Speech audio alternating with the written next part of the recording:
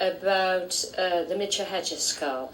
I didn't know a damn thing about it, but I got a message, you're going to get one.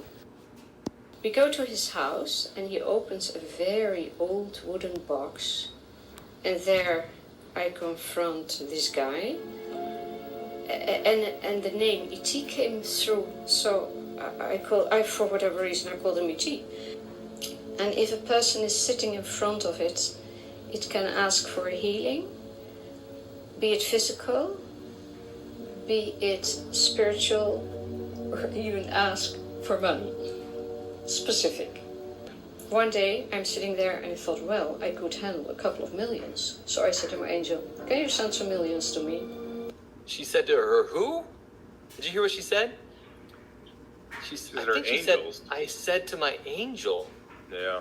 Hey, you've seen Star Wars before, right, Brad? Yeah. Yeah. You remember Anakin Skywalker? I do. He had the one braid. She's definitely giving me some Anakin Skywalker. Definitely. But yeah, she did say angels. Okay, I'm gonna roll that back just a second. I want to hear that again. I thought, well, I could handle a couple of millions. So I said to my angel, can you send some millions to me? Next morning, go to the bank. This lady on the counter said to me, do you like to have some 32 million? And of course you think somebody's joking. Come home, and suddenly a voice said, look at that receipt, 2 receipts. 32 million. I thought, very fast from my head, that must be drug money. So, indeed, one day later it was away. And I never asked the bank director nor the manager.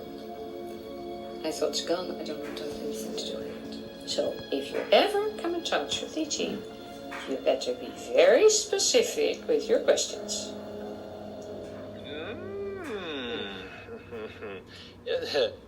Do you know what that reminds me of? That reminds me of Aladdin. Remember the genie? Yeah. The genie's like, be very specific with your questions. Yeah. Weird. I'm just saying. She's definitely... I don't know what year this thing was filmed, but man, she's someone I would probably keep in your prayers. Well, yeah, all these people. But what I was saying about Israel and all the idols and stuff that was all around in the pagan nations in the Bible, I always think of these things as wooden carvings that people held under their tents, and they were just some weird stuff that God didn't really like. Hey, don't keep those wooden things. Those are just dolls. No, these things are what actually demons use to communicate with people. These were very, very unique things. I mean, not just because they were carved and special, but because there's something about how demonic activity attaches to objects.